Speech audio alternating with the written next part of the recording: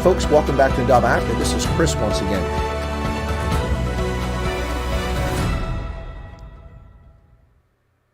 Sawubona SouthAfrica. Hochandete.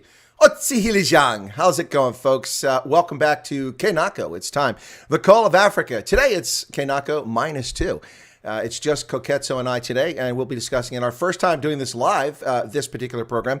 We did it last time, recorded, because I was in the Gulag Archipelago, somewhere deep in the frozen tundra of Siberia. But this time, we're no longer there. Koketso, how's it going, brother? How are you doing today? Yeah, Dumela to you, Dumelang Bahaito. Koketso here. Good to be on this show, as usual. And yeah, -2, but we can still get things going, right? Yeah. No, just, don't let them know, but the better looking fellows are here tonight. Yeah, it's the beard gang here tonight. That's right. These are the devastatingly handsome gentlemen from Africa. Here we go. All right, there we go. All right, so hey, last time we talked a lot of philosophical stuff. It was a fascinating conversation, but this time there's always political news to talk about in South Africa, but we really do have something to talk about tonight, and that's the bizarre State of the Nation address that Cyril Ramaphosa rambled on for an hour and 45 minutes. I thought he was trying to channel his inner Trump there for a moment, go 5 or 6 hours, but an hour and 45 minutes or thereabouts. He did a State of the Nation address this past week, and in it he said some startling things, not the least of which is that government doesn't create jobs, the private sector does, only for 45 minutes later to turn around and talk about all the jobs that government is going to create, not the private sector. And there was a bit of jeering for good old Cyril from his own members of parliament. What's your initial take on this interesting, to say the least, State of the Nation address? Yeah, firstly, I was a bit surprised when the president actually came out and said point blank that the private sector creates jobs and that it is the job of government to create the viable conditions for the private sector to create jobs. I wasn't expecting him to say that, but I suppose this is perhaps why some people say that he is the best of the lot in terms of who is ideally best positioned to lead the ANC and by extension the country. But yeah, kudos to him for actually coming out and saying that. But as he said it, like you rightly mentioned, he did get heckled from members of his own caucus, which was kind of surprising, while at the same time not being surprising. I think it's very easy that we forget the African National Congress is actually a bunch of communists, socialists at best, communists at worst, but that's exactly who they are. That is the mantra of their philosophy. And yeah, deep down, they do want a country where most people are employed somewhat by the state because they can then hold people's incomes ransom. That is, if you come out with a policy of, if you come out with a policy on where money should be appropriated, etc., that is tax money, then the only opposition you typically get is from those who aren't dependent on you for a living. So if everyone is then dependent on the state for their paycheck, that means these guys can get away with almost anything because no one really speaks out against their boss at the end of the day, right? But yeah, I was quite surprised that he actually came out and said that, while at the same time not being surprised that he was heckled by members of his own party. After the fact, there were some other socialist-type politicians coming into the fray saying that how could Ramaphosa say such a thing?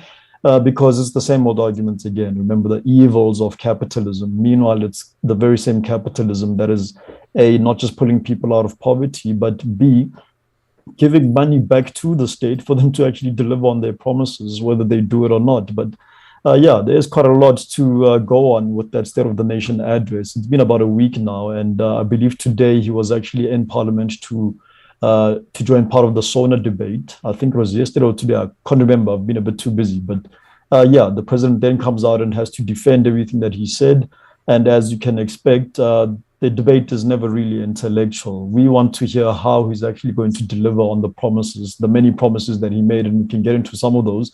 Instead, what we then hear is how he is a sellout, an agent of white monopoly capital, how he is effectively implementing the strategy and the ideology of the Democratic Alliance, which is the biggest opposition. It's not an intellectual debate. I'd rather then say, right, I don't care who came up with the idea or who's got the closest, who's closest to the president's ear. I want to hear about how he's actually going to deliver on these promises. Whether they're good or not I believe is a separate debate, but let's hear the how, because if you can't get the how right, then you have no business creating grand promises in the first place. But again, they get away with it because our media in this country, in South Africa at least, they're not very good at questioning the president and coming back after the fact to take some stock of what has been promised in the past. And we've seen this particularly with Ramaphosa as well. Absolutely. Let me just come back to that in a second, because he really looked like he was trying to play Father Christmas. But a couple things from the chat. South Africa's premier illusionist is in the chat tonight, Johan Eisel. Johan, welcome to you. When are you going to start doing magic tricks again, brother? We haven't seen the albums from Giselle, so you can't use that as an excuse that you're pushing her career. So you need to get out there and do some magic. And then Swearim DJ took, not exception, but I think he disagreed with your description of they're either communist or socialist at best. He said they're not communists, they're narcissistic psychopaths. Well, there you go. But back to my comment on this, and welcome to everybody in the chat. Feel free to ask questions if you can. If you put the @Chris, I'll do my best to bring them in as we converse today, because it's our chance to do this live finally. Yeah, so it looked like he was just trying to stroke everybody in that thing. You know, all right, I'm going to do this faction, I'm going to do that faction. And this is a clear sign of a weak political figure when they can't take a bold stance about what they're trying to do. Look, if you're serious about being a communist or a socialist, then just say, we'll use every means at our disposal to ensure that we will expropriate property without compensation. We'll find a way. If we have to amend the Constitution, we'll do it. Just say it. Be honest. And if you right. think that that the government should be creating all the jobs, then what you're going to do is say, we're going to create this, we're going to do that. Our focus is on government job creation. We don't believe in market capital. Stop lying. But they're playing games, because while they play games, it's just obfuscation. Pay no attention to that man behind the curtain, the great and powerful Oz, you know. Instead, it's just some little tiny guy behind the screen pulling levers. He's not a big, powerful guy. You know, Ramaphosa has been a weak president since the day he was sworn in. I said that when Ramaphoria kicked off in 2017 after the Congress and he won. But people lost sight of the fact that that was a bruising Congress. And he won by 70 votes, 36 votes the opposite direction. And Nkosazana Dlamini-Zuma becomes the president of the ANC. As simple as that. Yeah. And you see it in the formation of his initial cabinet. It's full of radical economic transformation, Zuma stalwarts. They're everywhere. And this is one of the reasons why this country is paralyzed right now. This state of the nation was, frankly, an embarrassment. That was my take on it. Yeah, there's quite a lot that actually was also omitted out of the State of the Nation address. He didn't say much about the deteriorating situation in terms of the police. Crime is on an uptick, whether we like it or not. You know, it's getting steadily worse. We know this because the crime stats come out quite regularly, of course, I think on a quarterly basis. And every time those come out, the picture doesn't look better, you know, maybe slightly here and there, but the overall picture with the crime stats is that it is getting objectively worse over time. Nothing was said about, you know, alleviating crime or even addressing additional resources and the like. Even if it's the empty promise of saying that a new unit within the South African police is going to focus on area X, be it gender-based violence, be it murders, farm murders. Well, I suppose that's a higher ask, expecting him to address farm murders. This is the same man that said it doesn't exist after all. But yeah, nothing was said about crime. And then also, shockingly, nothing or very little, not nothing, but very little was actually said about the tourism industry. And in a country that relies heavily on money that flows in via tourism, that is quite shocking. The whole debacle with South African Airways and why it should be sold off to the private sector was, state actors and people within the ruling party arguing that it is imperative that the state be a complete or majority shareholder in the airline, because the airline needs to be propped up so that it can be a vehicle for tourism, particularly in parts of the country where, they're tourist hotspots, but they aren't exactly known for, grand commercial activity, if I can put it like that. As someone who works in business myself, I don't really travel to lush green areas for business. I go to Cape Town, I go to Durban, and a few other cities at most. So they really insisted that South African Airways needs to be propped up so that, there can be flights made available to certain tourist hotspots, of which those regions then heavily depend on that tourist industry income. This time around in the State of the Nation, after the devastation of COVID, that is, we didn't really hear much about how plans are going to be put in place to kind of help that industry recover. After devastating it with lockdown and perpetual lockdown and even draconian regulations, if I can put it like that, he didn't say much about it this time around.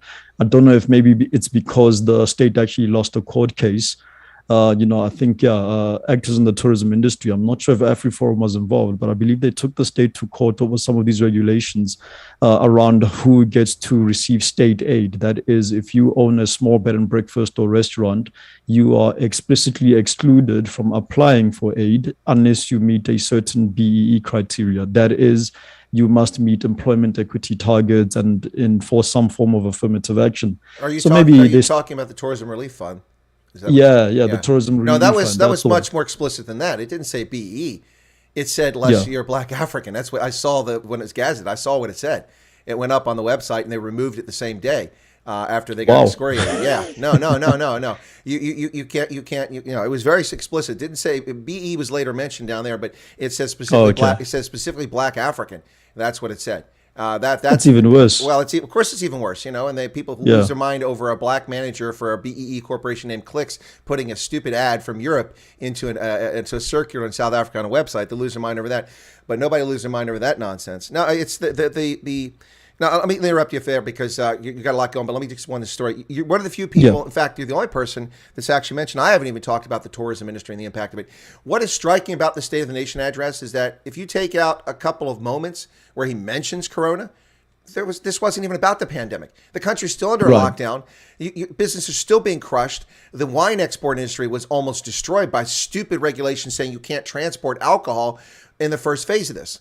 You can't transport alcohol. Well, in the wine industry, you build up a trade. You have wholesalers, you have distributors, you have ports, you have imports. You have to be reliable. Wine comes at certain times. And if it doesn't come and it's not available, you're going to turn to Chile or even Australia or the Germans or somewhere. You're going to get your wine elsewhere. And that's had a devastating impact on South Africa's wine industry. Now, the numbers look good. But that's just because most of the world's trying to get drunk over this nonsense right now. So, but it didn't look good for a while. It really pushed a lot of people down.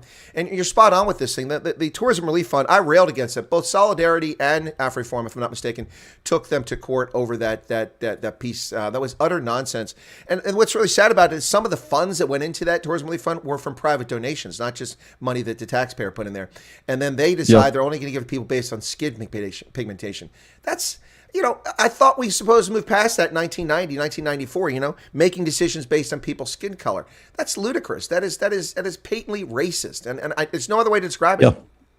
No, true. I fully agree with you. It is racist. And there's a lot of talk about how, the court case was necessary and that it was good that it went to court, etc. And I'm just sitting back thinking, but it shouldn't have even been incepted in the first place, Pigmentation should have never been in the discussion from the first day onwards. The fact that someone in government thought up of this and then took the effort to table legislative change or a framework around building, around building a framework of how they're actually going to distribute these funds to struggling businesses. The fact that they actually thought of it and then went ahead and did the work for this and then actually put it in a paper that was then gazetted and, like you mentioned, put on a website. That for me is problematic. It shouldn't have even gotten there in the first place, but it did. When this came up around the coffee table or the water cooler in the office, somebody said, "Hey, we need to take care of of smaller businesses, and so we're going to say Black African only." Wait a second. Lots of people own smaller businesses. Why would there's Indians, there's coloreds especially, but even white South Africans. The fact that it went through all that? You're spot on. That was my point. That just shows you how warped and twisted people's view of the world is. Hey, we just got a super chat there from Artie Pandey. Now, I've started using the duck call. I went to an outdoor show. I've got a duck call here and a turkey call. I'm not going to do that because I don't want to start you. What I will do is we've come up with another way to do this, and that's the following here. So I want to thank you. We gave a 30 or 50 Rand super chat. That's unusual. I don't usually get 50 Rand. Just saying hi to the two handsome bearded gents on screen and a thumbs up for the K-Nako segment. All right, so for that super chat, you're not going to be able to hear it, but they will.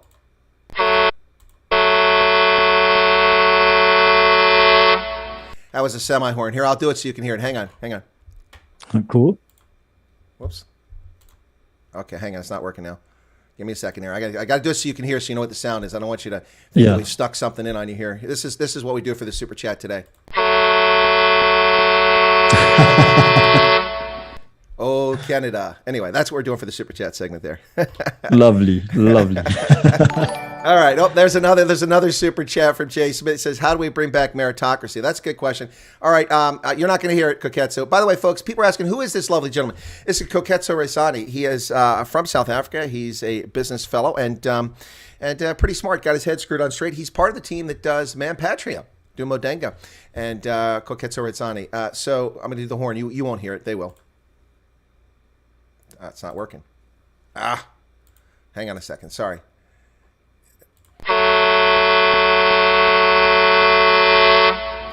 There it was. Go Canada. Okay.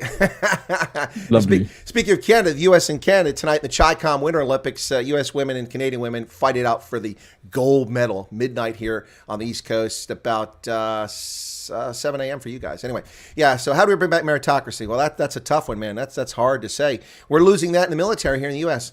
I read yesterday that they said that we must include inclusivity, diversity, and something else in equity. Equity in all military decisions.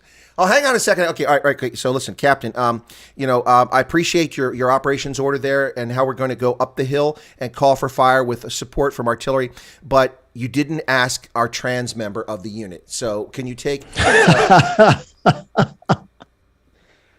Point of trans privilege. I mean, come on, man. Yeah. This is stupid. That's ridiculous. Yeah, of course. But that's what the guy actually said with a straight face. And he's like some czar that makes like $200,000 a year in the Department of Defense, an outrageous salary, which is over the federal salary scale. But anyway, the world is so upside down. When the Brits surrendered at Yorktown in 1783, was that when they surrendered?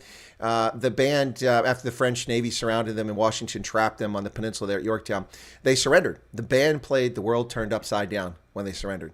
And I think that's where we're at today. The world turned upside down. Anyway. So meritocracy. That is a hard one on how do we actually bring it back. But I suppose we have to rewind a bit. So the kind of people who would advocate for meritocracy are the kind of people who actually got where they are based on meritocracy. And again, I can really speak for South Africa's case more than anything. But yeah, I don't believe we have people in government or in very senior positions, even in some listed companies this side of the world at least. But a lot of them didn't get there based on merit. Yeah. And so, of course, you're going to lose the entire notion of meritocracy or the value behind meritocracy. It's not upheld by people who actually make our laws and sit nice and pretty and get fat off of taxpayer funding, that is. And until we actually change that, we won't actually bring it back, and I use the president as a prime example. He's the second richest black man in the country. After the richest black man, Motsepe. His brother-in-law, Yeah, exactly. So funny how that works.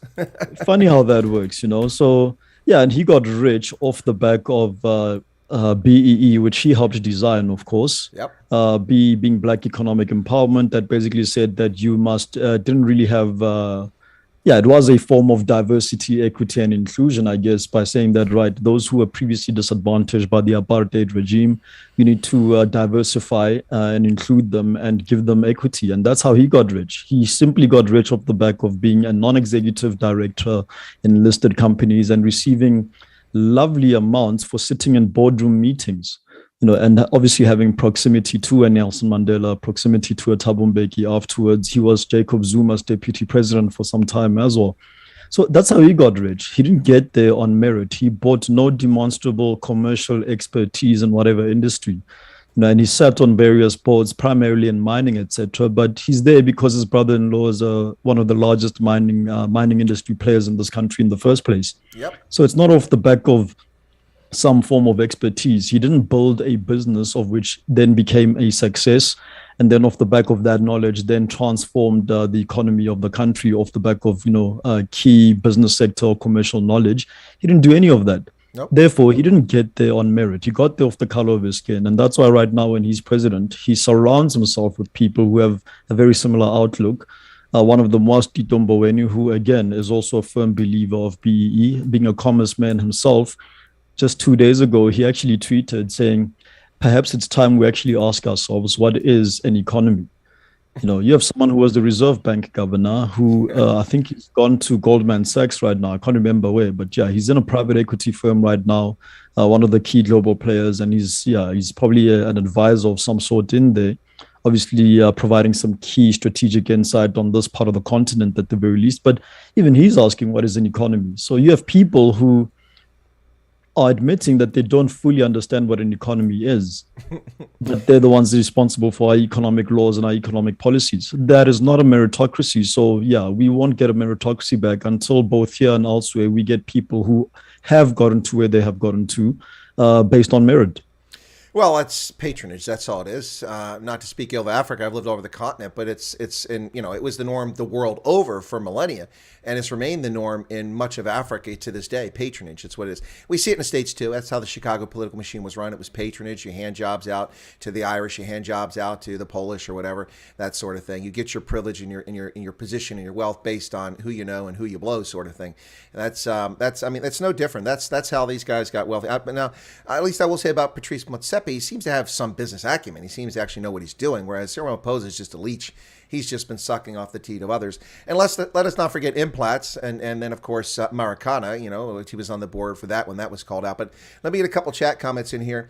Hert Janssen van Rensburg says, Chris, I lost my corporate job and could not be reemployed due to BE. Started a home repair business and can't do any government corporate work as I'm not black owned. Exactly. See, they exclude minorities from government jobs and state-owned enterprises like ESCOM and SA. They chase them out. Then they complain of enough qualified pilots. They're not training black pilots, but they just chased all the white ones away.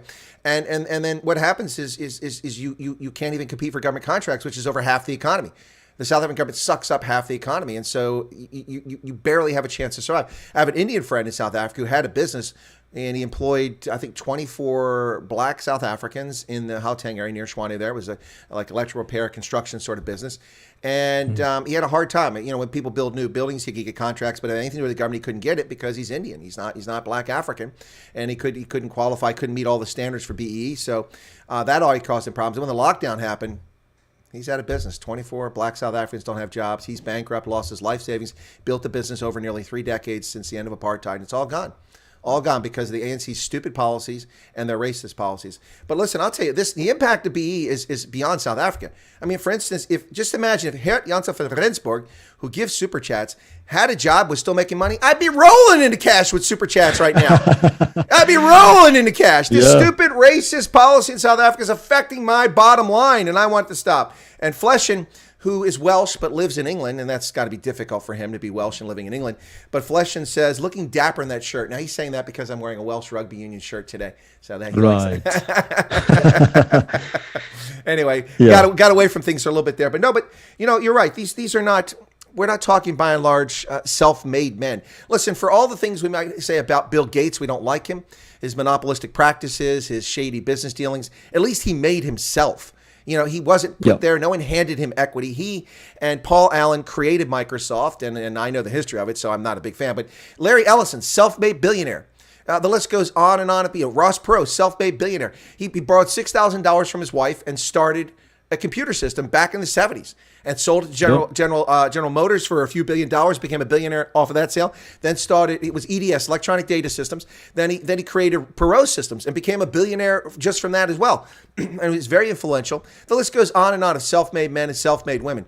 But that's not the case in South Africa these days. These days, the people who rise up, the nouveau riche, are there because of patronage and connections, not because of business acumen. And it shows. They don't create jobs. They don't increase wealth. They just suck it out of the economy and draw it all to themselves. So now what we have is this so-called, upper crust, a small portion of the white population that is the rich, the wealthy, the uber wealthy. And then we have this nouveau riche of black South Africans primarily that come in there as well. And the rest of the country is suffering immensely.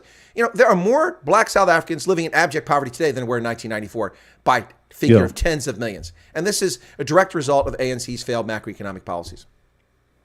Yeah, and I like what you mentioned there. I think the situation is actually worse than we imagine, at a social level at least, because if you are then a wealthy black person, the assumption from other black people is that you must have gotten wealthy off the back of government contracts and the like. That's not just the assumption, it's actually the expectation. And the moment you haven't, that is, the moment you're self-made without a tender from government agencies and the like, people call you a sellout, So the moment you are self-made, and you have competed legitimately in the market, etc., people call you a sellout because why? You haven't gotten rich off the back of government contracts, which by extension means that you don't have an ANC cadre on speed dial who's helped you get rich, and therefore you must be an agent working with quote unquote white people. No, I think the phrase you're searching for is white monopoly capital.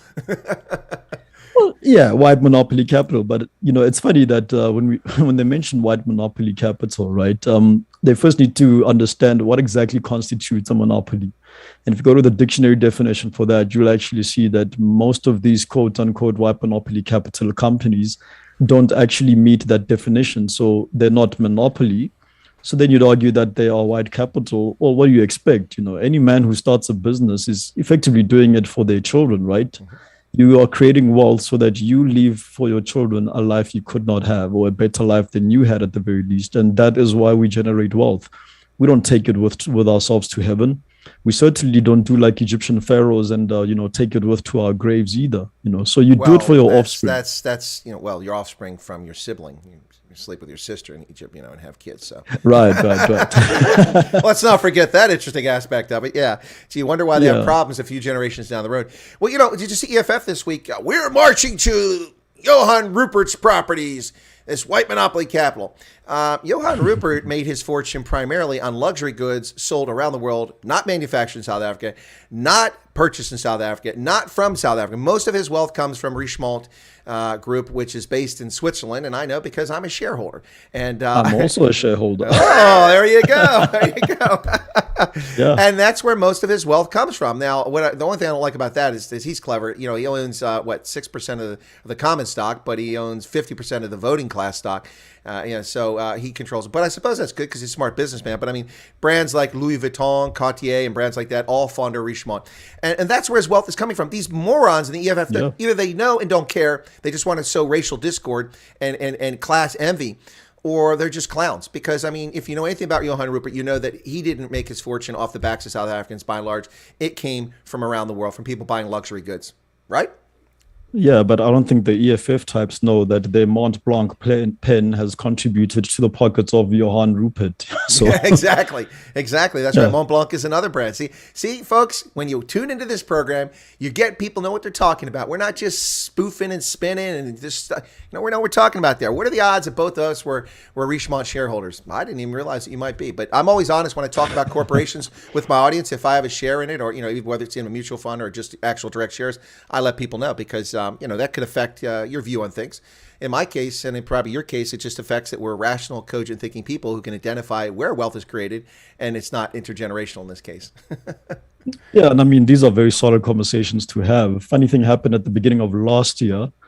I was chatting to my younger sister, and I told her that, listen, take the little money that you have left over or whatever, and, maybe look into investing in private education, because this was early 2021, and we'd all witnessed exactly how clueless the education bureaucrats are in South Africa. And I said that, listen, the only thing this is going to do is exacerbate the situation, and it's going to create a booming private education industry. And there are a few large players already. Some have really gotten large by, buying up their competitors and et cetera. And I was telling my younger sister, who is in the education sector, that, hey, always buy into industries where you have a little bit of knowledge, because you can, when that whole thing of do your own research, you can actually understand the research you are doing.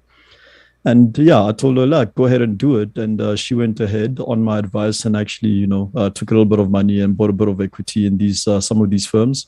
Lo and behold, a year later, she'd be employed by a company she has shares in. So there you go. Yeah, it's just a funny thing that, but again, should that move, however small or big it was, materialize into some form of, material wealth at a later stage, imagine now us being accused of, being agents of white monopoly capital that is all for the privatization of colonized education, etc. That's the kind of words you'd hear from the EFF and the like.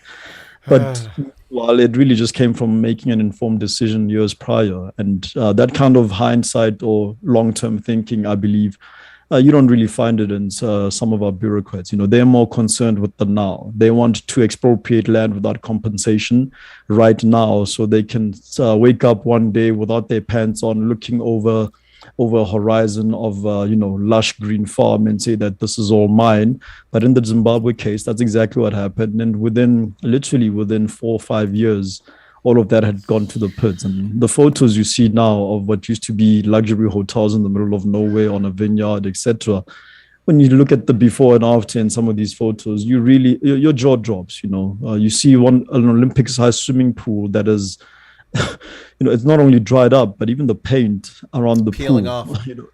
Yeah, it's peeled off, and nature's starting to reclaim some of that now. And you start thinking to yourself, what was the actual end game here? What were they trying to achieve by expropriating private property? And to me, they weren't really trying to achieve anything. They literally just wanted to wake up one day with their pants off, standing right there with the sun rising, and having the ability to tell the person next to you that I own all of this. No knowledge on how to actually keep it going, no long-term plan on how to benefit from it, no long-term plan on how to employ people or make what you receive even better than it actually is.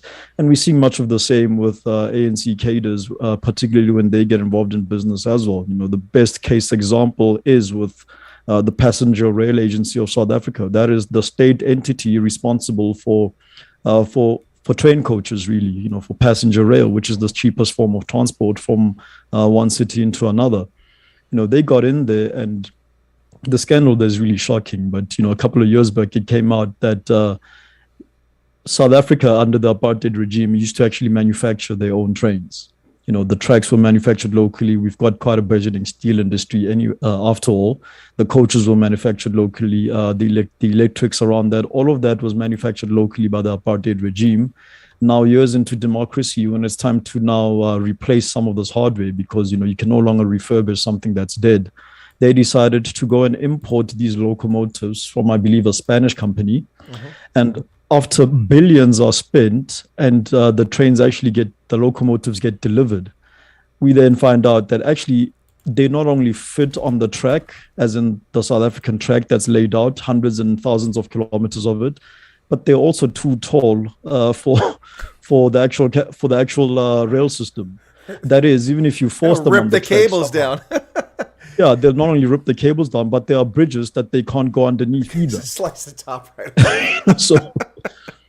That was a problem with the Chinese trains for a long time, because they weren't on standard rail gauge, and so the Chinese would make railroads in Africa, and then African governments would buy rail cars from Canada and from Europe, and they wouldn't fit on the tracks, so they sat there and rusted. I was, oh my gosh! Now the Chinese make standard rail gauge now. They've shifted after decades of that, but anyway.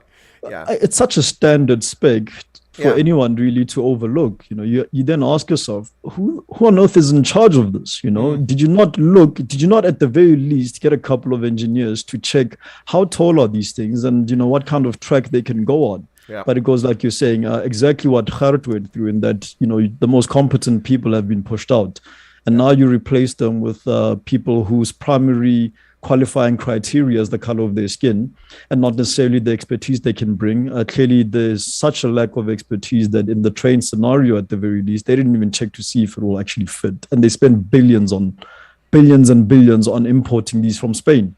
Unimaginable. Now, these are the same people responsible for maintaining a nuclear power station at Kuiberg and for building power plants in the Highveld. Yeah, I wonder why there's no electricity.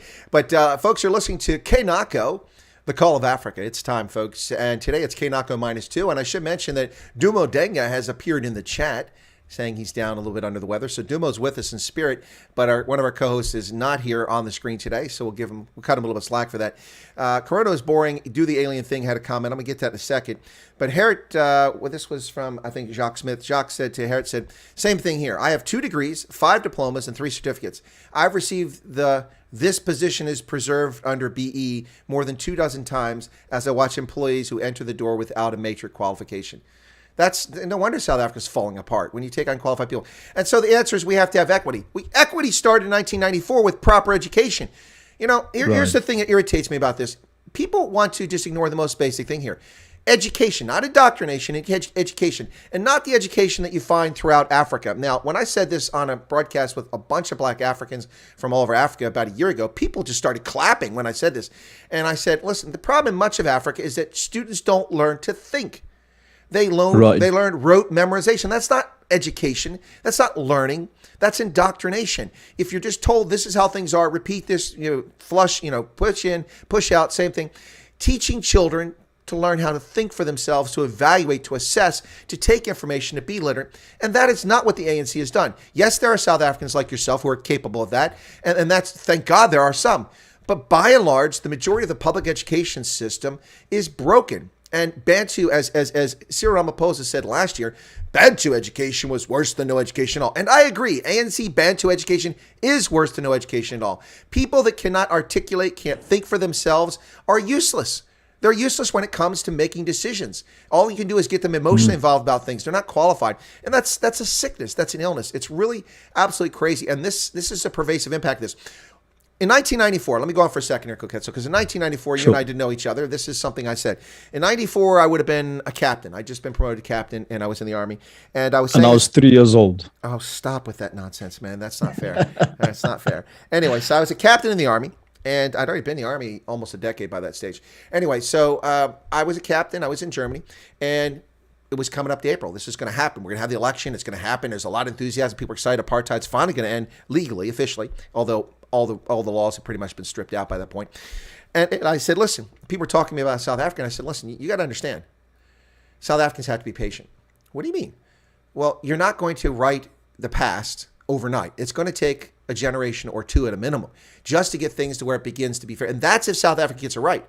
And I said, what do you mean? I said, well, there's a few things that South Africa needs to do, and this is my suggestion. Number one, reform the police. The police need to go, because if you're white in South Africa under apartheid, the police did a great job for the most part. Very few white South Africans were victims of violent crime. Most of them had no idea the sort of horrific violence that was taking place in parts of South Africa because their communities were protected. They were isolated. They didn't see these things. Most white South Africans, not all, most. Even in rural areas, security was much better than it is now, although there were farm murders back then as well. So I said, you need to change the police from an organ that is designed to oppress the majority and protect the minority into a community policing organization that builds relations with the people in the neighborhood so people are comfortable coming to the cops and telling about somebody pinching something here or a break-in here or identifying a suspect. Build that trust in community. Cops on foot or on horseback in some places, like they do in Durban. But you need to build that. And you need to reform the police and take them from an instrument of oppression, which the police were in many respects, to an instrument of community safety. That never happened. Instead, they took corrupt cadres who had no security experience whatsoever and put them in charge of police, and people like Jackie Salibe, and the list goes on and on and on. And they underinvested or poorly invested in the police, and they did recruit more, but they didn't hold them standard. So that's the first thing. So you got to fix policing. The second thing you've got to do is you've got to focus on education. Because many of the cadres who are coming from the ANC, not the Thabo and Becky's and people like that who are technocrats who were privileged and went to Oxford and places like that abroad because their connections, let's be honest. Those guys went to places like that. They're privileged. They're elites already. Those people I'm not talking about, but I'm talking about guys like Zuma who were in the bush in Angola who actually were with MK and actually did something, not the 100,000 fake veterans of Mkhonto Sizwe, but the 2,500 that actually did it. And then you have all the kids in South Africa who in 76 and then especially in 85 just refused to go to school because they want to be taught in Afrikaans. And so they didn't learn. They didn't become literate. They didn't go to school. Their form of opposition and rising up against the oppression was to not participate in education. So you have, and this isn't meant in a derogatory fashion, but just a statement of fact, you have lost generations who are illiterate or poorly educated who don't have the wherewithal to do things like be software engineers and bridge engineers and doctors and physicians. They don't have that. They would have to go back to school, and most aren't going to do that. So I said, you're going to have two generations where these people will be in power and they have to move through the system and be out of the system. And then if you got everything right in 94 going forward, you'll have young, black, white, brown, and Indian and South Africans who come up who are properly educated, who can think critically and get skills and move into the workforce. So community policing, education, and then the final thing is I said, listen, what they need to do here is that it's going to take a lot of money to fix this. One way to do it, and I didn't say this in 94, I kind of hinted at it, but I made it clear by the mid-90s, a little bit later when it was clear what was going on, that the ANC was shaking down corporations in a dirty deal to keep the system largely existing as it was before, with lots of cabals of like the banking sector with 5 major banks and a few mining houses, and allow those cabals to continue doing business the way they did it, if they give equity stakes to the likes of Cyril Ramaphosa and others. So when they started doing that, instead of riching cadres, what they should have created, and I said they should have done this in 94, but the means came later when I saw what they're doing. they need to create a national sovereign wealth fund like Kuwait has, like Norway has. And that will be used in the following fashion. If you convince Anglo-American to give up 30% of its equity, it goes to a national sovereign wealth fund managed by a third party. It doesn't have to be in South Africa. It can't be in South Africa. Managed by a third party and overseen by others to make sure that nothing's going on.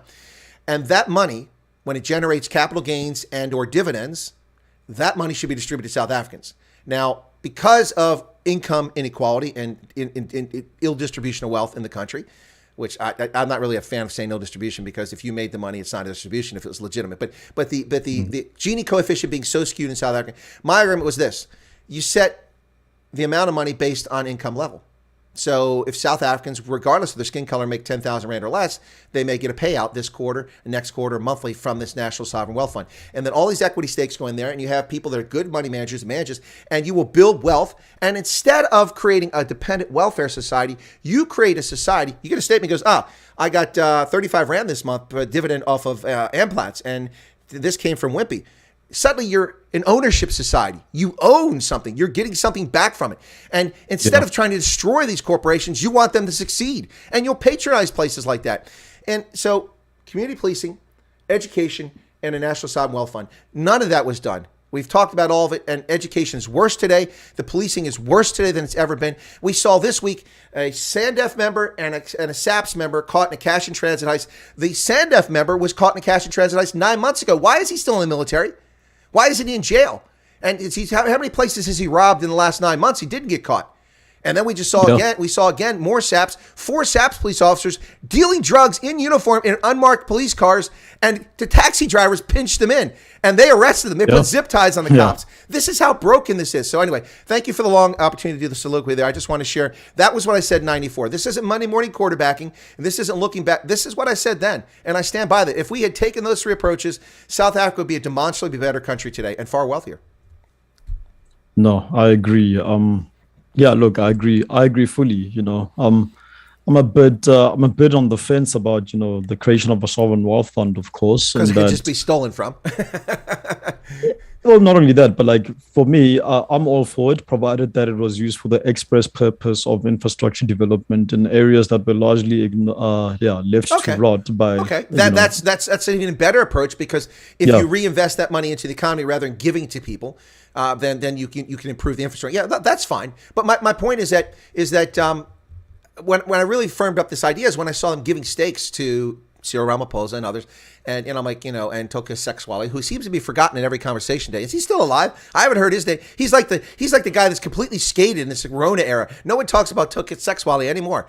And his half white, half black children who get BEE advantage.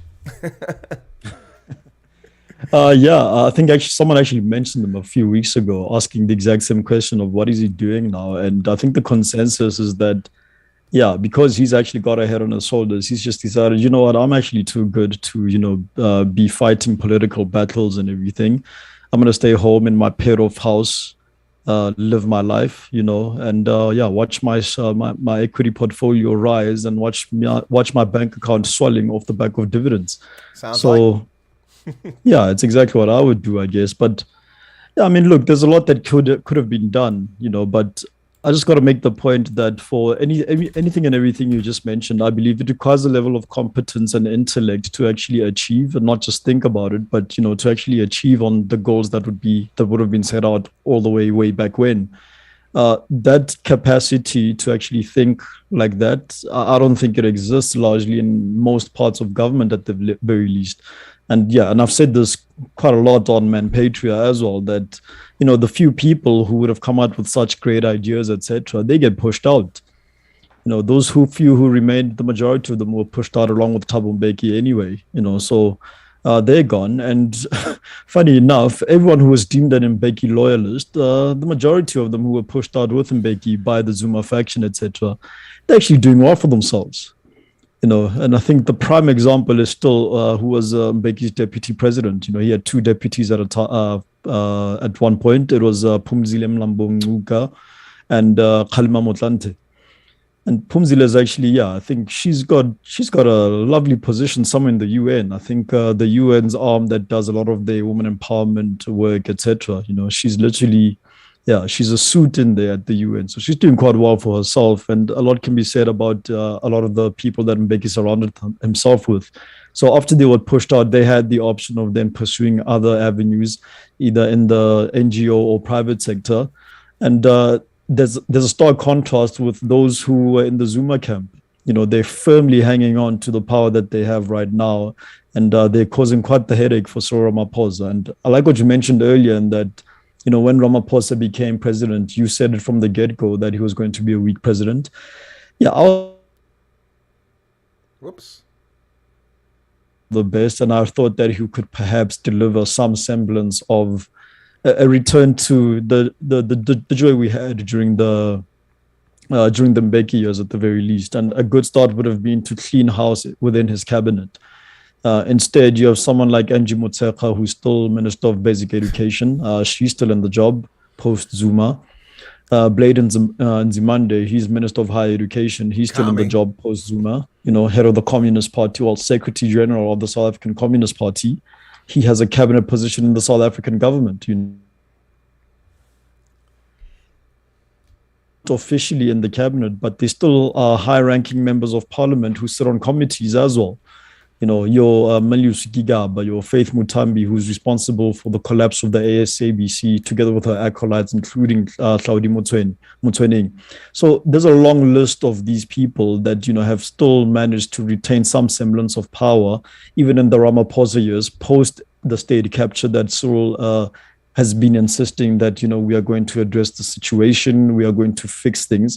But the people, many of the actors who are responsible, or at the very least enabled it, they're still drawing government checks with lovely 7-figure amounts in some instances. So Ramaphosa really hasn't done much to clean house like I thought he would. And yeah, I have to admit that I really was hopeful, but hindsight is everything, I guess.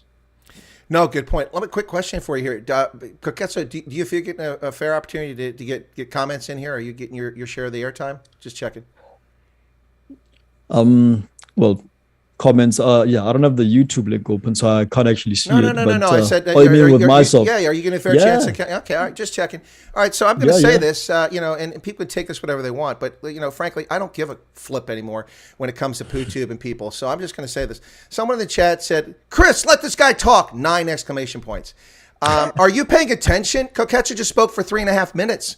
Just because I even asked Koketso to indulge me when I went on about a 4-minute conversation there. Listen, this is my channel, and this is our program. And the guests on here get more than an opportunity to be part of it. And Koketso is not a guest, he's a co-host. And that's why I just asked him, he felt he's getting his fair share in here. Go back and watch the stream from the beginning. Don't tell me this, let this guy talk. If you don't like listening to me, then don't watch my channel. I don't give a shit anymore. I'm tired of the nonsense of people playing games in chat. And I'm not trying to irritate any viewers out there. If you don't want to watch it, you know what? If you want to hear Koketso talk, you can watch Manpatria. Go watch Manpatria. It's a brilliant channel.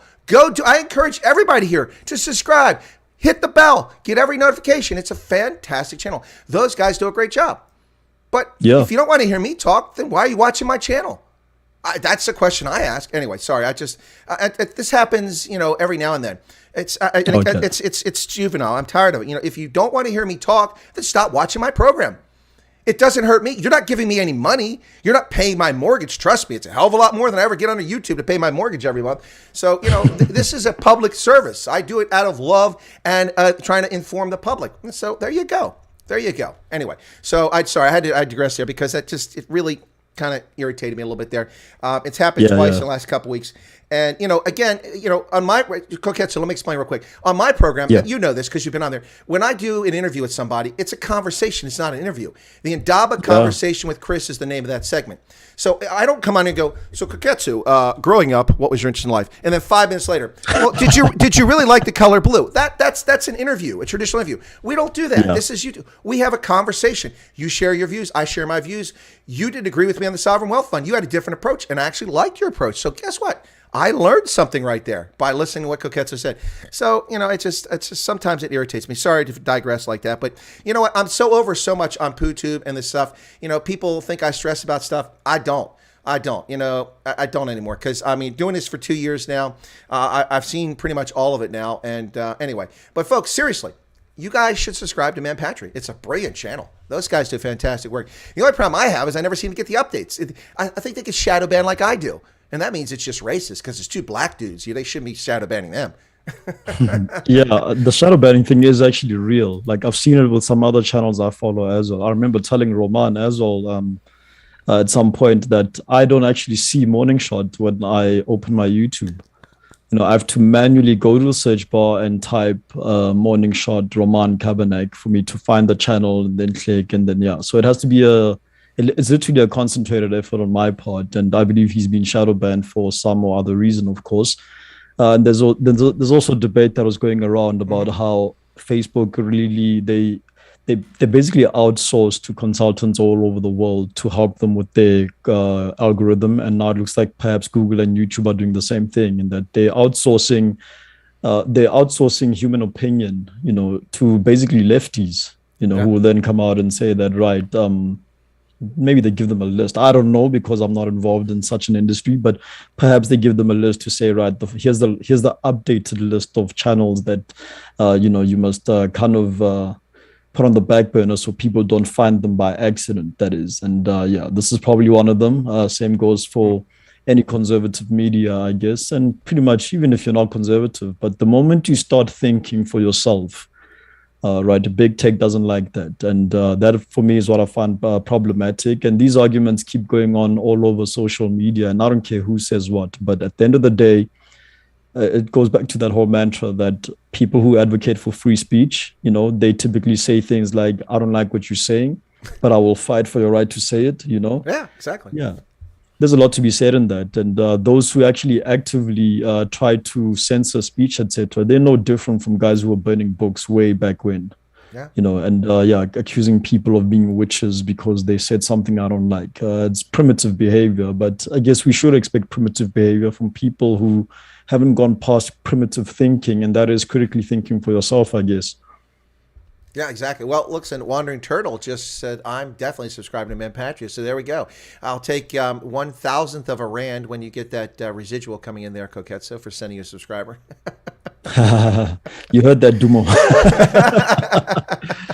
So there's a funny story in that there are guys who genuinely believe that Man Patry was funded by right-wing extremist organization. Oh, really? I didn't hear that. Okay. Yeah, you see it on social media every now and then. Someone will just come out of nowhere. When you say social media, you're probably talking about Twitter, and I really avoid that for the most part. Yeah, Facebook. When Man Patry had a Facebook page once upon a time, you'd find a lot of this as well. Guys would literally come out and say, who's funding these guys? I'm telling Dumo that, look, hey, I don't know you being funded. Yeah, you've got funders. Where's my cut? Where's my cut? Dumo's keeping all that money to himself. What's going on there, man? We'll open a lawsuit against Dumo and have the finances exposed in court. How about that? Yeah, well, Lars Salas just said, when viewers on Big Daddy Liberty show type "never trust a commie" in the chat, YouTube holds it for review. That tells you all you need to know. Exactly. We knew the fix was in on the old channel I had with the 20,000+ subscribers when we suddenly Paulie's membership. I could do a salute for Paulie's membership there. That's while the zombie's going across the screen. And by the way, he was on your forehead, the zombie marching across your forehead. But Paulie says, I could listen to Chris Koketso and Dumo all day. Well, hey, I could listen to the three of us all day too. It's an enjoyable conversation. But on the old channel, we knew the fix was in when I had chat going and we had like 250 people in watching the stream. And all of a sudden, people's comments were being deleted, not by YouTube, but by a Google moderator. Why is a parent company coming down and interjecting? And when my moderator or I remove someone's comment or put them in a time, I can see that, right? You know that you can go click, you can see. It says comment has been deleted. Right, but you can click on the gray link. You can see what was stated to see if it was actually offensive. And in the early days, because I was trying to keep free-flowing conversation, I had moderators who were correct many times, and I overruled them. But moderators I thought were overzealous in silencing a comment. So I would go back and go, okay, no, this is fine. I'm putting the comment back in there. I let you were censored by mistake. Your comment was okay. But when Google does it, you can't see it. And we had that, and this is over a year ago, when suddenly Google moderators are coming in and they're deleting people's comments. And what happened is I'd have people that type in they type the same comment in, copy the text, hit it, and watch it go. And I could see it come up before it disappeared. And they did it again. So we tested it, and Google monitors took it in. And there was nothing offensive, no racism, no threats, no bullying, no nothing. It's that must have been AI would be my expectation. But given the fact that it was nothing dangerous, and maybe it was targeting a specific user on the program, I don't know. But there's all kinds of nonsense goes on.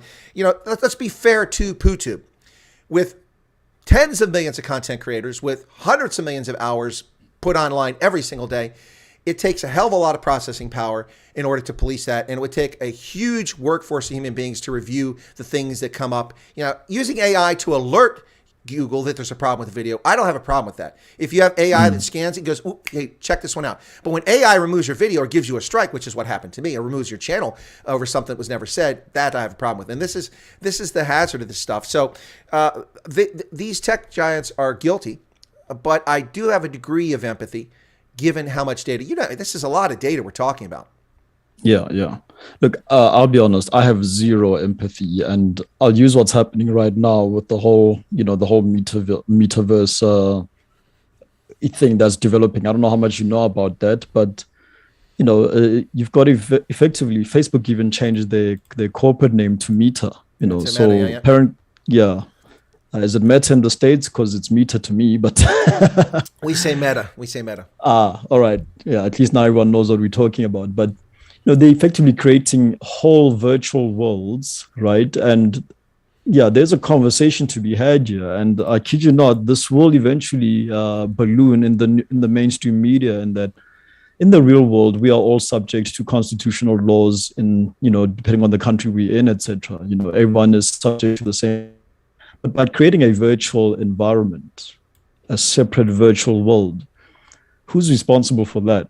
That comes down to the platform owner, right? So effectively, what you're going to end up with is Apple creating their own, Google creating their own, Facebook, now known as Meta, is creating their own as well, where they get to play God and really set out rules, which, there's no democracy in there. There's no voting. There's no parliament in there.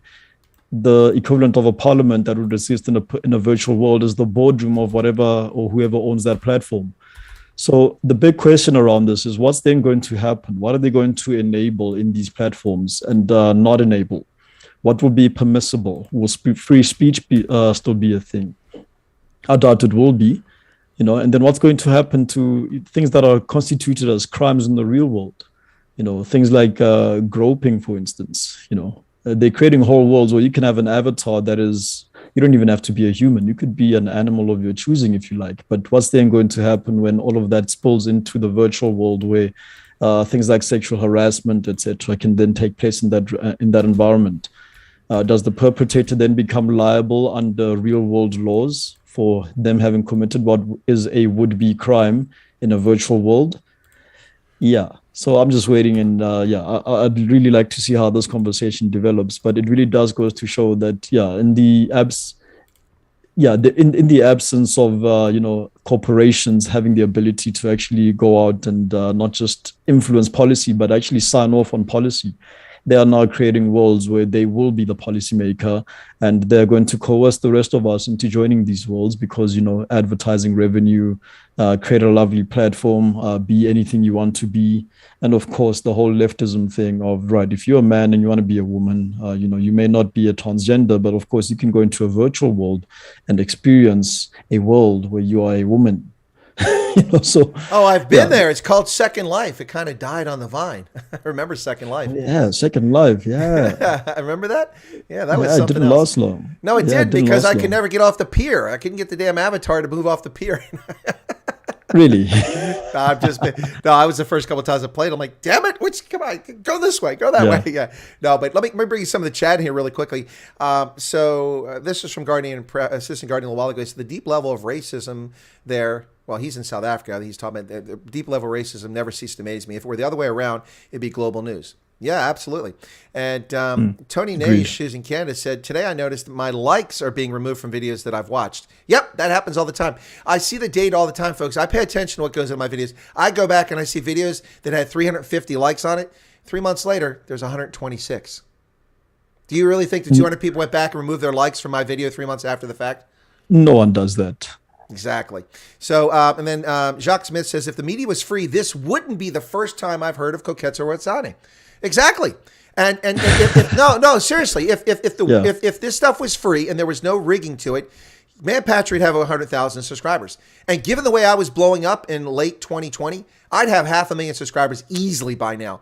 Easily, if this was a free speech platform. You know, that's this, if not more. It's just crazy.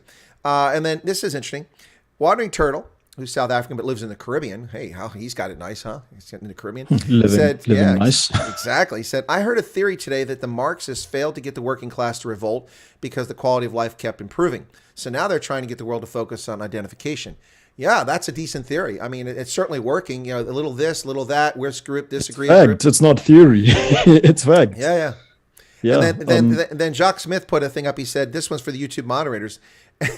he wrote something in, and I watched it be deleted by YouTube. He was correct. One of my moderators put it back in the chat, but he said, polish the goose boots, boys, and that got deleted.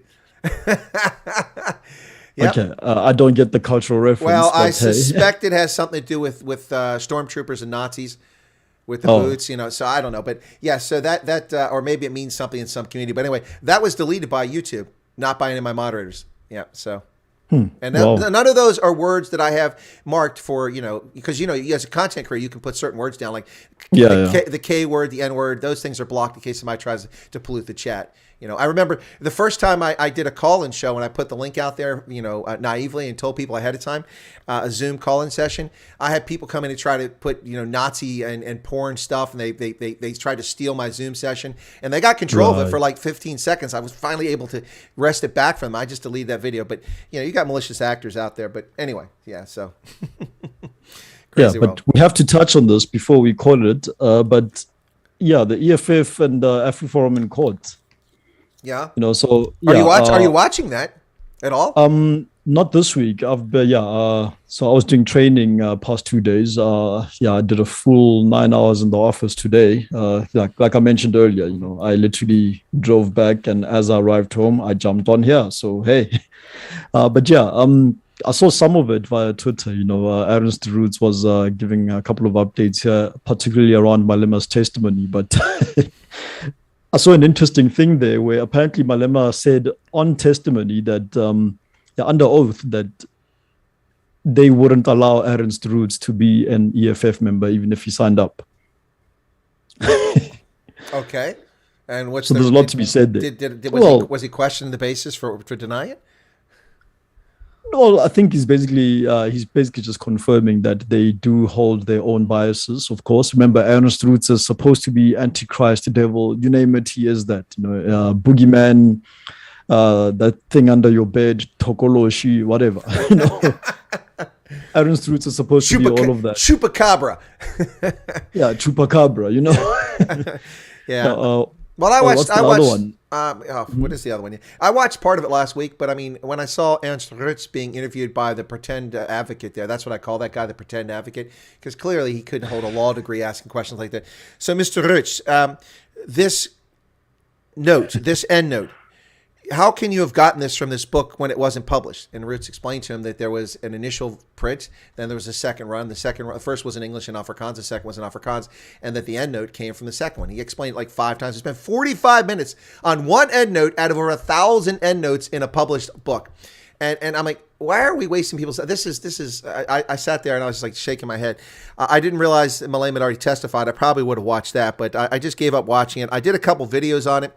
And, you know, in the old days when I do a video like this, if I mention EFF, it's guaranteed 50,000 views, that video, within 48 hours. Guaranteed. Anytime I say Juju, I had 50,000 views, even if it was a crappy video. Not that they were crappy, but I'm just saying anytime. So those two videos, I did one on the EFF outside the courtroom.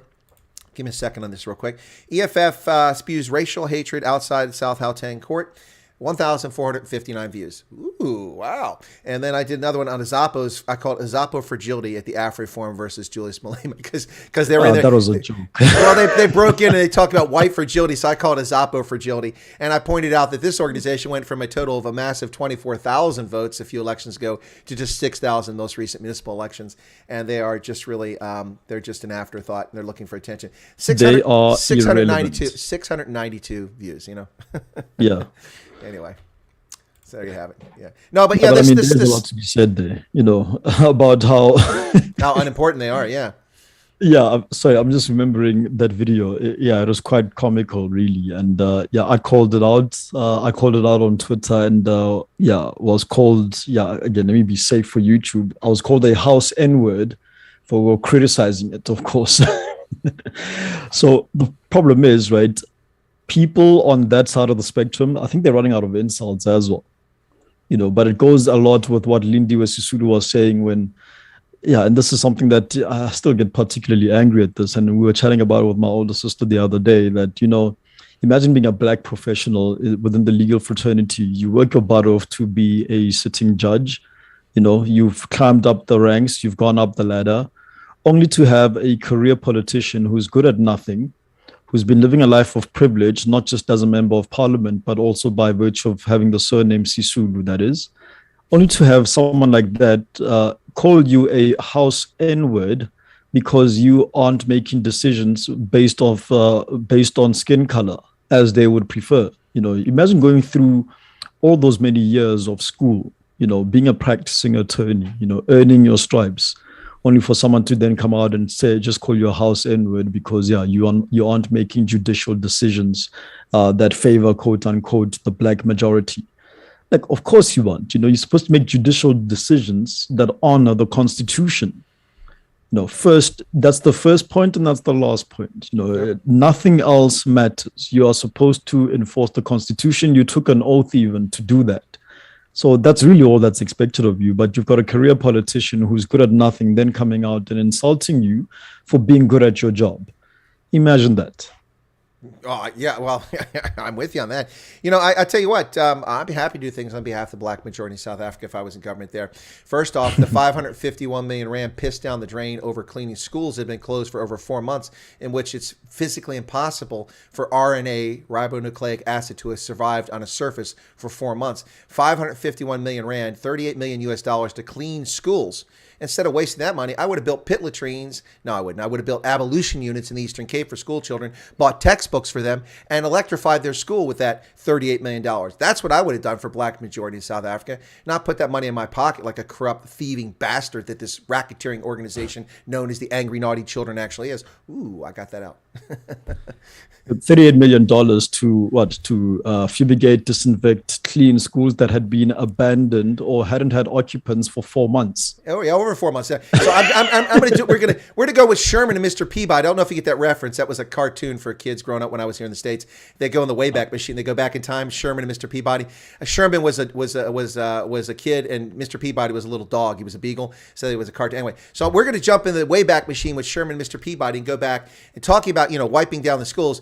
You mean what? Wipe the server? What like with a cloth? Well, they had, no, the optics that's thing, it. right? That's a Hillary Clinton quote there. Well, the server, you mean with a cloth? Oh, she said that. Oh yeah, Hold oh on. my God, she said that. When they asked about wiping servers, she assumed it was with a microfiber cleaning cloth. She was an arrogant SOB, and that's why she said it, thought she was a smart aleck. They said, Senator Clinton, can you tell us, did you wipe the servers? What, with like a cloth? And she waved her hand. That's how arrogant this person is. Yep. Wow. Yeah. Now, you don't know about it because you're not in America, and the international press didn't cover her arrogance. They also probably didn't cover the fact that she passed out, she fell down, she struck her head multiple times during the campaign, and now reports are coming out just this week about just how frail her health was back then. And that's why it's comical to see people talk about Hillary Clinton as a candidate in 2024. A candidate for what? A funeral home? Yeah, look, maybe third time lucky, hey? No. The reason that lady lost is because she's thoroughly unlikable. And same can be said about, I'm afraid to pronounce it. Is it Kamala? Is it Kamala? Take your pick. Yeah, potato, whatever. It's supposed to be Kamala. Yeah. It's supposed to be Kamala, but, so whatever. She is, Koketso, we haven't talked about this, but since we're talking about U.S. stuff, when she ran for president in the Democratic primary against Joe Biden, remember she called him a racist, on stage, and of course then he picks her as vice president. Yeah, that makes a lot of sense. Yeah, so I remember that. Yeah.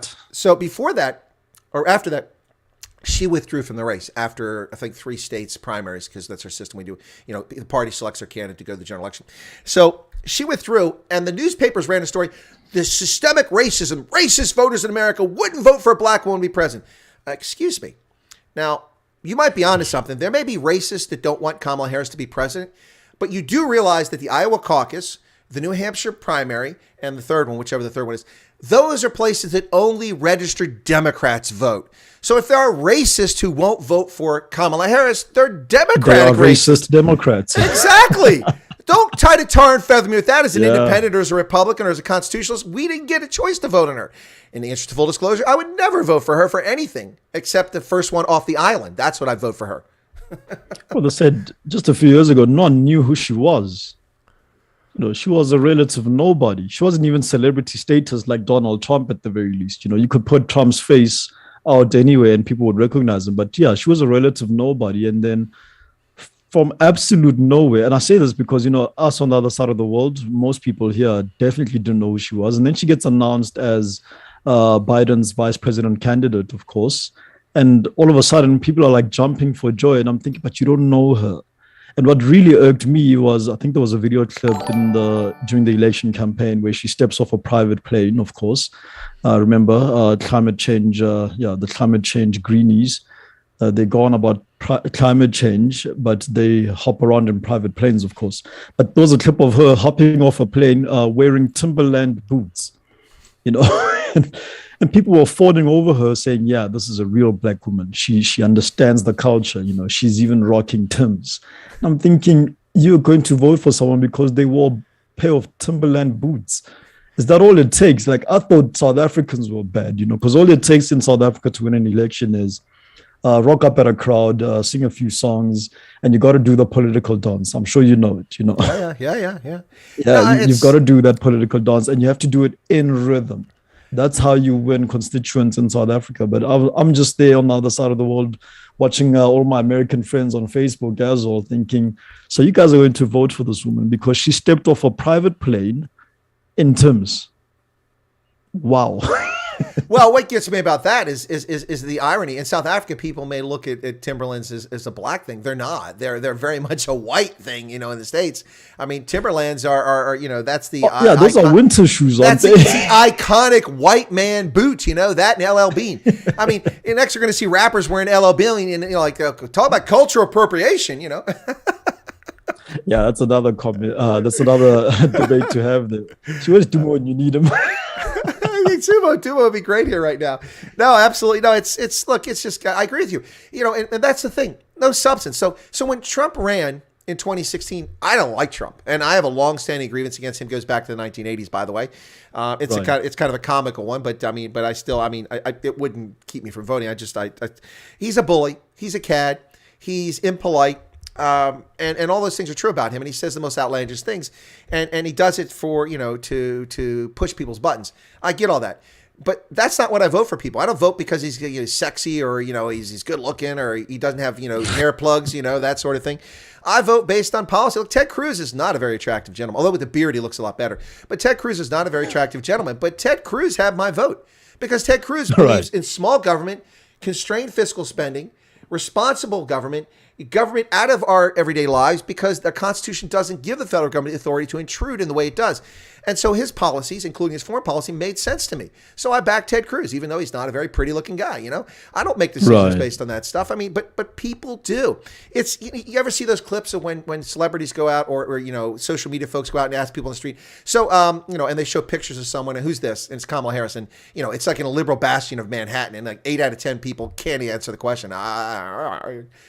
Louise Jefferson from the Jefferson. I don't know who's that. Yeah, I like the one guy. He was on Prager News channel. I forget his name now, but he would go on college campuses and actually ask common questions. What is communism? Yeah. Who is the vice president? Questions like that. And yeah, most of the time people get these basic things wrong. And again, I'm on the other side of the world and I knew the answers to some of these questions. And all that's done is actually taint my view on the American university campus at the very least. It start wondering. Should be tainted. Yeah. Are these young minds actually bright to begin with if they know not what they speak of? Yeah. No, it's astounding. You know, when I grew up, you know, I don't. Well, we walked 30 miles through the snow both ways, barefooted. No. But when I grew up and went to school, it still wasn't tainted by this stupid stuff. I mean, we were forced down. There's some things that are useful to learn through rote memorization, like the capitals of 50 different states. You know, I'm like, why do I need to know the capital of North Dakota is Pierre? I mean, when I've never been to Pierre, but you learn that, and it makes you more fun. So it's okay to learn certain things that way. But my point is that those are things we learn. We learn the capitals of all the states. We learn the geography of the country. We learn where the Mississippi, the Missouri, the Ohio, the Allegheny, the Monongahela, where all these some basic facts. Exactly. You need that to be informed, so you can become a critical thinker. You can relate things, and it's just astounding what people don't know. You know. But it's not just Americans, Koketso. It's the world over. It's the world over. I've told people this when I was in Germany a few years back for a conference in the Alps down near Garmisch, near the Zugspitze, which is the highest point in Germany, 2,600 meters, beautiful mountain. There's a lake lodge there, and we stay there for the conference. And that's a good gig if you can get it, by the way. But we stayed at the conference, and so I went downstairs to get a Weizen and get something to eat in a bar. And there's this young kid was like 19 years old, just graduated high school, getting ready to go to university. And I speak German. So we're talking in German. And I said, I come up this way a lot. I usually stay a little ways down the road here at this other town and at Haus Breitenberg. And he said, where's that town at? I said, it's here in Bavaria, in Germany. He said, I've never heard of it. I said, there's 50,000 people live there. Where? 18 kilometers away from here, on the other side of that mountain. You've never heard of it? Never heard of it. You know, that's an extreme case of not being aware of things. But you know, I always love the things Americans don't know anything about geography. Man, I can take 10 Europeans and tear them apart with geography with simple things. I can take 10 Africans and do the same thing. The average person doesn't know much about the world around them or anything beyond their immediate circle, and they don't take the time to learn about it. But they sure take the time to express an opinion on social media. Wow. I mean, I just finished a book, The Politically Incorrect Guide to Communism. I'm relying on photographic memory here to remember the author. It's Paul Kengo, I think his name is. Yeah. And he mentions quite a bit in a few chapters there how young adults from the 60s then went on to become professors. Yep. They're largely responsible for the mess that we see today in terms of, the whole activism around communism. I think I need to reread that book as well. I didn't know that at some point during a Christmas, President Obama had a portrait of Chairman Mao on a Christmas tree in the backdrop. And this was in a photograph where you kind of had to zoom in to see it, if I remember correctly from the book. But you had to zoom in to see it. But Obama had Chairman Mao on a Christmas tree during Christmas. I mean, this isn't even duplicity. It's like it's not even a double-edged sword. Mao was an astute atheist and a murderer, a pathological murderer. And number two, it's Christmas time, right? And even Christ-like values or Christmas values, if you're really that secular, Mao embodied none of those. Yep. So what's that picture doing there? Exactly.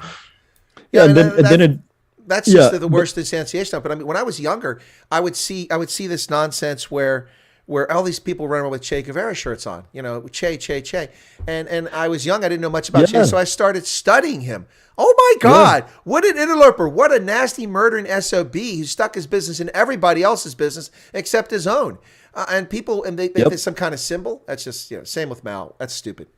Yeah, Paul Kengo mentions Che quite a bit as well. Che, together with the Castro brothers, of course, Pol Pot in Colombia. This book is really gold. I'd advise anyone to read it. And he mentions it quite a bit. It's the Politically Incorrect Guide to Communism. All right, cool. I think it's part of a larger series. There's one on socialism. There's one on capitalism. I think there's one on climate change. There is one on climate change. That one was Mark Morano. I don't know if you've come across his name. Yeah, I've seen that name before. I like satire. There's, that can be very funny. One of my favorite books that I got years ago in South Africa is called The Racist Guide to the People of South Africa. Have you ever seen it?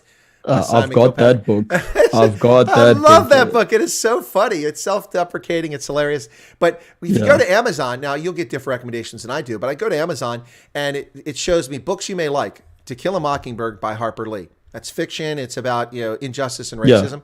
That was my book when I was in 8th grade. That was a literature material for English. To Kill a Mockingbird. I think no, that's fine. It's a great To Kill a Mockingbird, Lord of the Flies, one of the two. Those are great works of literature, but that's a work of literature exposing racial injustice and okay, but this is satire about but it said the racist guide. So Amazon puts that up. Then here's White Malice, the CIA and the covert operations in South Africa. Another leftist thing. And then there's You Are Not Small. This is all it's a leftist thing. Then the 1619 Project, a new origin story. These are the books it recommends to me. None of these have anything to do with political satire. It's not about racism. It's about poking fun about people and their stupid attitudes about others. Well, I love the description of especially of Afrikaner women in there, the blue hair and stuff like that when you read the book. Oh yeah. Because I just laugh because it's satire, it is stereotypes, but a lot of it's funny and true. But it's one of my favorite books. It's a tiny book as well. It is. I recommend it to anyone. It's a quick read. The racist guide to the people of South Africa. It's funny stuff. It really is. Yeah. Don't read it on a plane though. You're gonna irritate the other passengers with laughter. That's why I read it on the plane. That's just too funny. Well, folks in the chat, if you got any quick questions before we wrap up, throw a question up there if anybody's got it. Koketso and I'm going to wrap it up. Once again, folks, this program is nako, the Call of Africa. No, nako does not mean the Call of Africa. That's the subtitle. Nako means it's time. It's time. For those of you who remember the FIFA 2010 World Cup, the corrupt operation run by none other than Danny Jordan, ANC stalwart, the corrupt, tenders for all the stadiums. But the FIFA 2010 World Cup that was held in South Africa, one of the themes was nako, which is a Setswana or Tswana phrase, which means it's time. So that's why we chose it. It's time, the Call of Africa, because we do talk about more than just South Africa, although today we didn't really delve into any of the nonsense in Sudan or in the Central African Republic or Mali or, take your pick. It's just crazy what's going on around. By the way, I don't know if you saw this, Koketso, but Mauritius has decided now is the time to stake their claim on the Chagos archipelago. Did you see that? They went out, planted a flag and a plaque. Yeah, I saw the headline. I haven't read the article, but yeah, it actually did get me thinking. Say, what actually triggered this? I'm more interested in that because it's taken long enough, I guess, for them to decide on this. But yeah, what was the actual trigger? I think that they think the time is right because Boris is too busy defending his Christmas party. Yeah, no, Boris's days they're numbered. Oh yeah, but I smell a vote of no confidence coming his way. I know it's definitely coming. I think him easing lockdown restrictions and everything is to kind of try soften the blow and still appear as a good guy. But yeah, I think his days are numbered. I agree. Well, before we wrap up, let's talk about one more thing that came up this week. It's kind of big news, and that one, of course, didn't get many views in my program either. I did this within an hour of it being announced, gave analysis, and put a video out there. But that was John Steenhusien from the Democratic Alliance, the main opposition party, calling for a motion of no confidence, a vote of no confidence in the entire cabinet of Cyril Ramaphosa, making 2 points specific to show the liberal bent of the leftist bent of the DA. And that was, number one, that if Ramaphosa wants to reform, they're willing to work with him on reform. And second was that the vote of no confidence doesn't include Ramaphosa.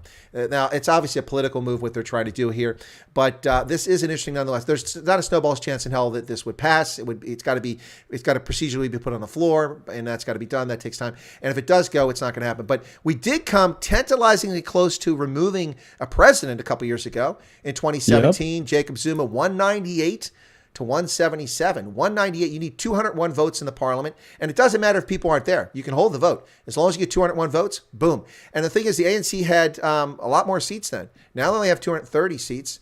And as a consequence, they had 260 then. So with 260, they only got 177 not to remove him. So a lot of ANC members voted to remove him, at least 30, if not more. Now, if this were to happen, if they did it for the cabinet and it came, this is my prediction, if they actually hold this vote for moving cabinet members and it comes close, now I don't have to do it individually, they might have to do it for each motion, but if it comes close on any of these members or if it's at the whole table, say it gets to 190 or 195, Cyril Ramaphosa is going to get a vote of no confidence from his own party before the end of the year, if that happens. That's just my prediction.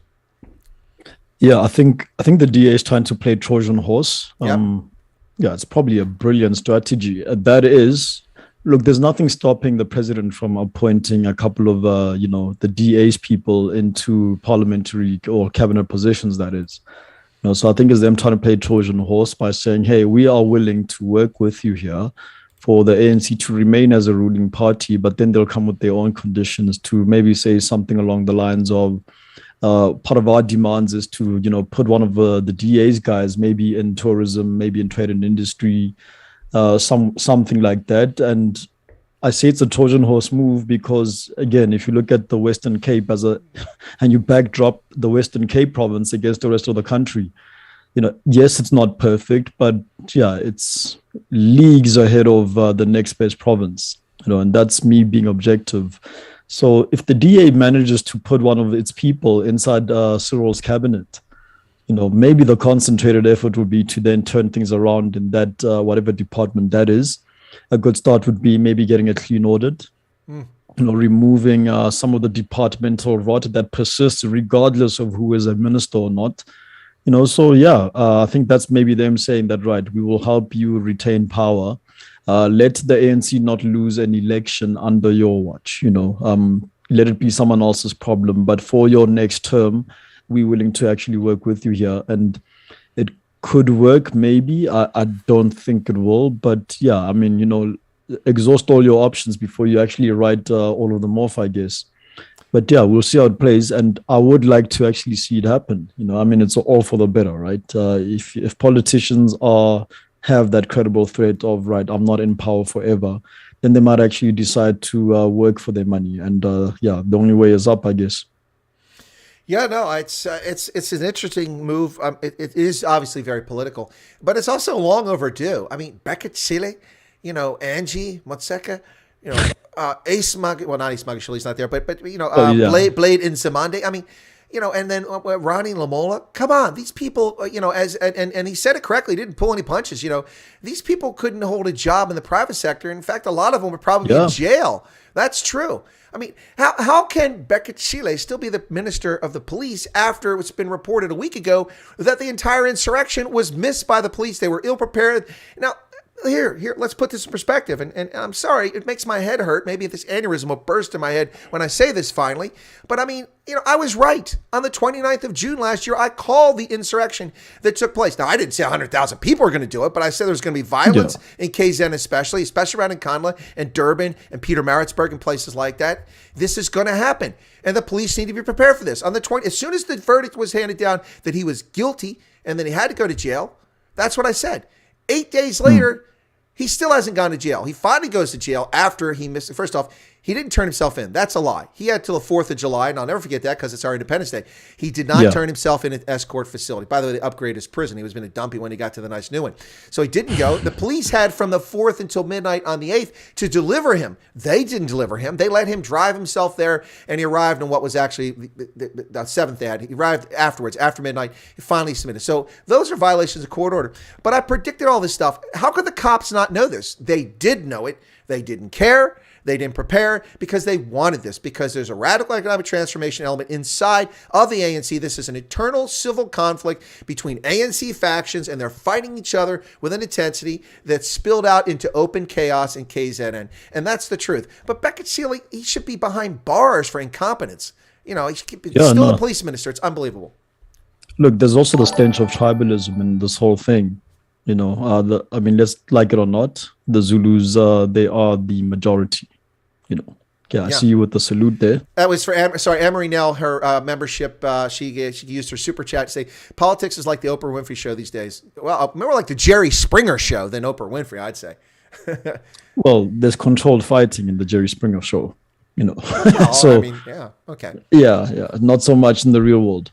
But the stench of tribalism is there, with the Zulus being the majority native tribe, if I can use that word. Mm-hmm. And we're seeing this, it always persists. I think it was just last week where the Amabuto actually came out and, it looked like the media was basically painting it as an ultimatum to Cyril Ramaphosa for basically them saying, I don't even know how to best describe the Amabuto. I'm not Zulu, so this is outside of my culture. But they effectively, they are men with influence and clout within royal circles, if I can put it like that. And they actually came out and said, Cyril, you need to reinstate Dr. Zweli Mkhize back as the Minister of Health.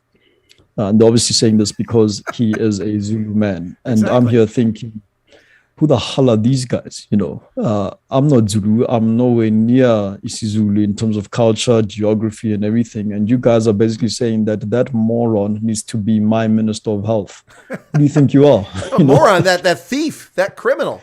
Yeah. And just another scandal, another exposure, $6 million direct from the Public Investment Corporation to a house bought for his family. Yeah, and these guys are making demands of the president, because they are esteemed individuals within Zulu circles. They want to come out and then prescribe who the Minister of Health must be for the entire country. Mm-hmm. Who do they think they are? And we get much of the same level of arrogance, really, with Zuma supporters. They do turn this into a tribal thing, of course, and they aren't shy to exercise their power and their numbers, of course. But hang on a second there, Koketso.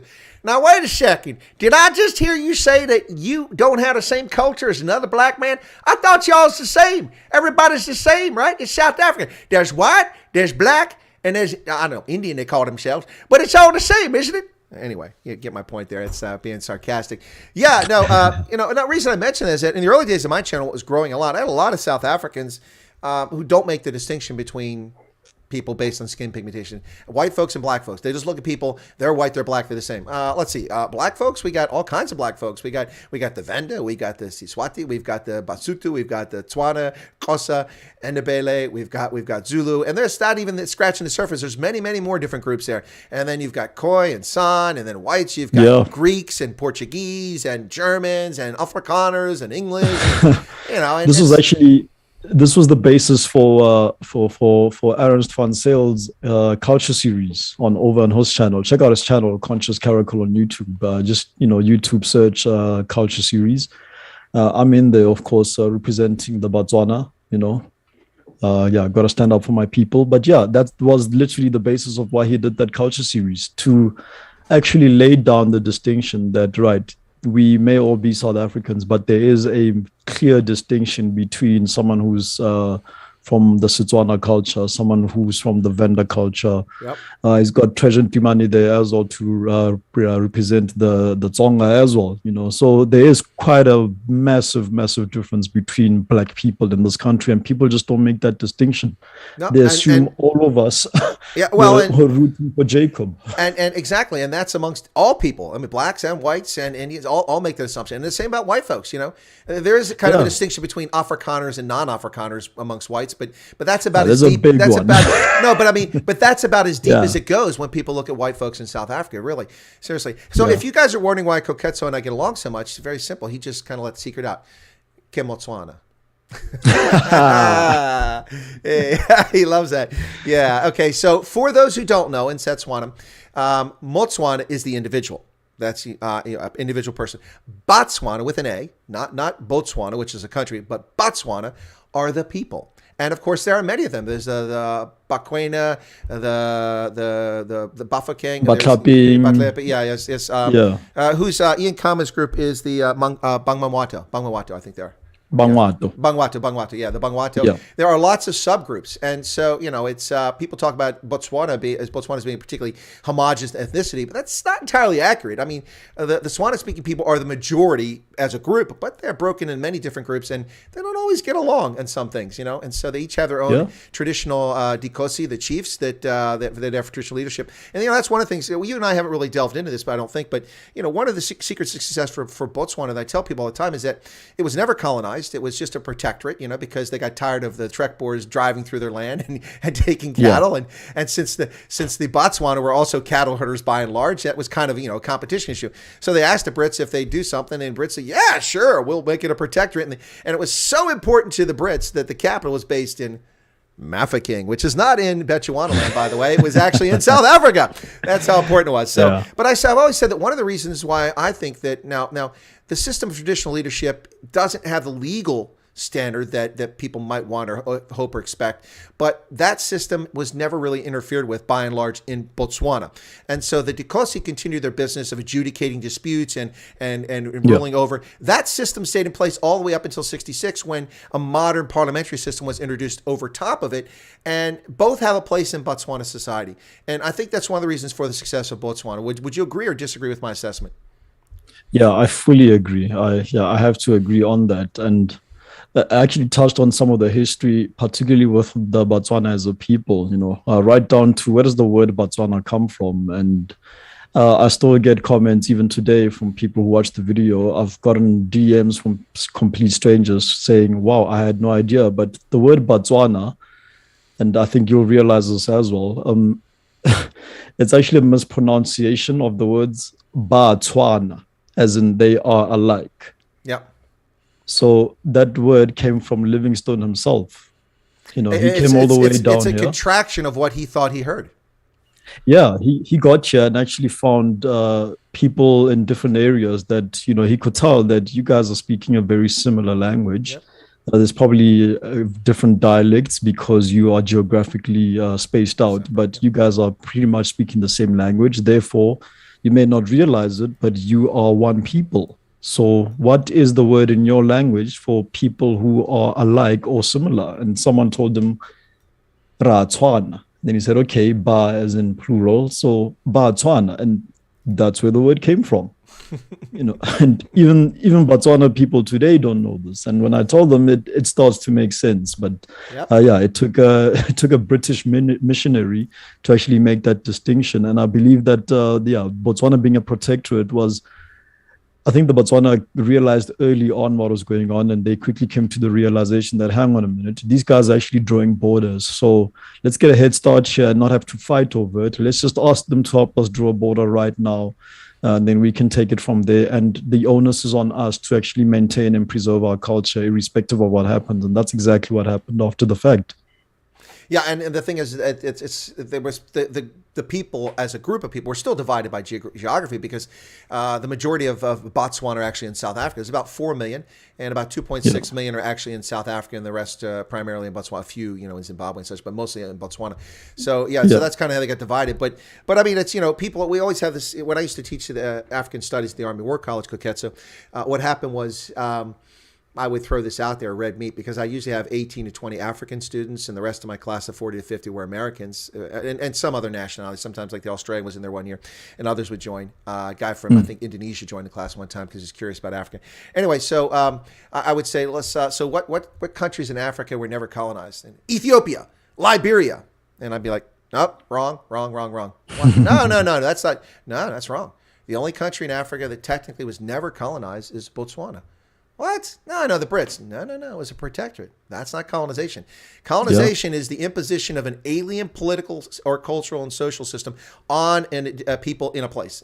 You could say indigenous if you want, but not everybody's indigenous. But the alien introduction. And I said, in the case of Liberia, it was colonized by free blacks and former slaves from the Americas who went to Liberia and imposed an alien political system on the indigenous Kron, the Kru, and all the other people who lived there.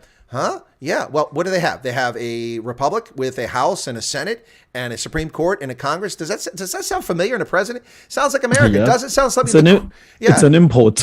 It's an import. It's ideas brought from elsewhere and imposed on a group of people who were there. That's colonization. What about Ethiopia? Well, no, it was never colonized. Ethiopians, actually, no. The Ethiopians were colonized for about 5 or 6 years during the 30s, and they only put till about 1941 when the Italians invaded, this time successfully after getting their hat handed to them in the last century, prior to that at the Battle of Adwa. But they came back, they were successful, they captured Addis Ababa, and they imposed an alien fascist political system on Addis and its environs. Well, yeah, it's just the capital. Hey, I didn't say the whole country was colonized. I said Ethiopia is colonized. So Ethiopians take great offense to that because they're very fierce about their independence. But in reality, the only country in all of Africa that was never colonized in the modern sense is Botswana. Yeah, you told me something. I was firmly in the Ethiopia's never been colonized camp as well. Well, you could go to Addis and go to the Commonwealth Cemetery, where a lot of South Africans, particularly with Afrikaner names, Zimbabweans, Ghanaians, Nigerians, Cameroonians, are buried in that cemetery because they're part of the Commonwealth forces that evicted the Italians in 1941. It wasn't Haile Selassie and his Ethiopian troops that defeated the fascists. It was the Commonwealth troops. Now they played a role. It was, it was all part, but without the Commonwealth troops, they would still have been occupied until the Italian government collapsed. So yeah, no, Ethiopia was colonized, and people don't like to hear that, but it's true. Yeah, people don't like the truth, but we have to maintain the truth. Yeah. At the very least, because it's a means for us to actually retain our identities. Oh, I got them started over here now. They're all saying Suti now over here in the chat, talking about, the difference between Afrikaners and English. Sorry for starting that one off. But anyway, let's go, Koketso. As I said before, we could chat forever, but you've had a long, hard day at work. So why don't we wrap up here? We've talked about the State of the Nation address. We didn't really go into what Malema said. Malema's railing against Ramaphosa in the State of the Nation address, but not for the reasons one would hope for, but for Malema's benefit, not because Ramaphosa's incompetent. But we've talked about that. We've kind of went far afield. We actually talked about Kamala Harris for some reason. I'm not sure where that came from, but that came up, and we've been back and forth. But since it's just the two of us today, even on this program, I go around the horn. The horn today is pretty short. It's just you and I. So I'll give you a chance for any closing comments about stuff, what's going on, what's coming up. And if you want to make a pitch for Manpatra, which I've suggested people go subscribe to, some have already done that, feel free to do that as well. Okay, the floor is yours. Koketso Retsani. I'll start off with this. I have a disdain for a particular Panyaza Lesufi. There has been an incident again, a race-based incident at a high school. Panyaza Lesufi is the MEC for education in the Gauteng province where I live. MEC stands for Member of the Executive Council. So eventually the state level or the provincial level Senate, if you will.